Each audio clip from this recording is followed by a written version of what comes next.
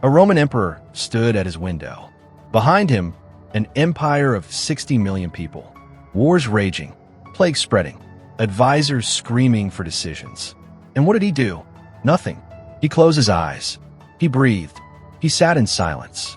And that single act of doing nothing made him the most powerful man who ever lived. His name was Marcus Aurelius. And today, you will learn the secret he used to rule the world.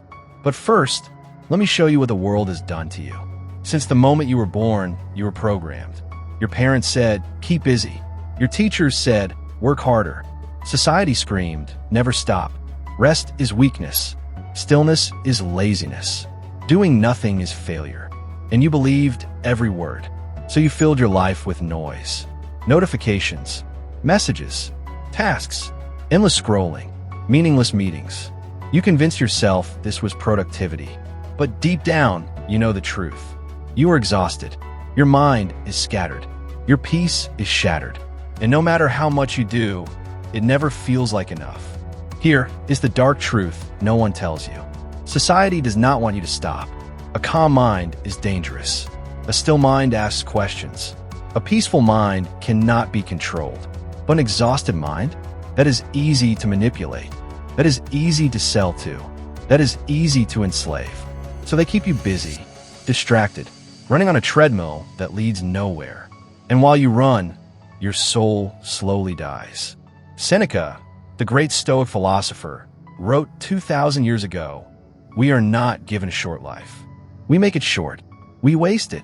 You are wasting your life, not by doing nothing, but by doing everything that does not matter. And today, that changes. Welcome to the Stoic art of doing nothing. The most powerful practice the ancients ever discovered. The art that built empires. And the secret that will finally set you free.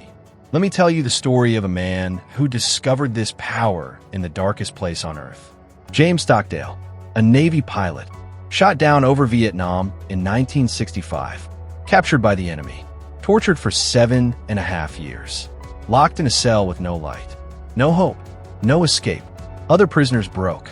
They screamed. They gave up. They died inside, even before their bodies failed. But Stockdale? He survived, not just physically, mentally, spiritually, completely intact. How? Before the war, he had studied the Stoic philosopher Epictetus, a former slave who taught that true freedom is not external. It is internal. No one can imprison your mind unless you let them.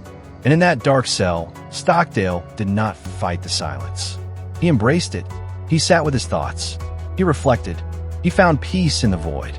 He later said, "I never lost faith in the end of the story, but I never confused faith with the need to see immediate results." While others panicked, he sat still. While others lost themselves, he found his soul. In the darkest place on earth, he discovered the brightest light within. That is the power of doing nothing. Not running from darkness, but sitting in it until it no longer controls you. Marcus Aurelius wrote, "You have power over your mind, not outside events. Realize this, and you will find strength. The world will always be chaos. People will always be noise. Problems will never stop coming. But inside you, there can be stillness. There can be peace. There can be a fortress that nothing can touch." The Stoics called this the inner citadel, a place within your mind where no external force can reach, where you are untouchable, unmovable, unbreakable. And the door to this citadel? Silence, stillness, the art of doing nothing. Now let me ask you something uncomfortable. When was the last time you sat alone? No phone, no music, no distractions, just you and your thoughts. You cannot do it. And I will tell you why. Because you are terrified. Terrified of what you will hear in the silence. Terrified of the emotions you have been burying. Terrified of meeting the person you've been running from your entire life. Yourself. You have built walls. Layers of noise. Layers of busyness. Layers of distraction. Because underneath all of that, there is pain. There is regret. There is a version of you that has been screaming for attention. And you have been ignoring it. Every scroll is running. Every notification is escape. Every "I am too busy" excuse is fear wearing a mask. But here is what the Stoics knew. You cannot outrun yourself. The pain will follow. The emptiness will find you. The darkness will catch up. The only way out is through. So let me teach you 3 Stoic practices to master the art of doing nothing. Practice 1, memento mori, the death meditation. Every morning, the Stoics reminded themselves, I could die today, not to create fear, but to create clarity. When you realize your time is limited, you stop wasting it on garbage. You stop filling it with noise. You start choosing what truly matters. Death is not your enemy. Distraction is. Practice 2, the dark room ritual. Once a week, sit in complete darkness. No light, no sound, no phone, just you and the void. At first, your mind will scream. Thoughts will attack you. Fear, anxiety, regret. Let them come. Do not fight. Just observe. After 20 minutes, something shifts. The noise fades. Clarity emerges. Peace arrives.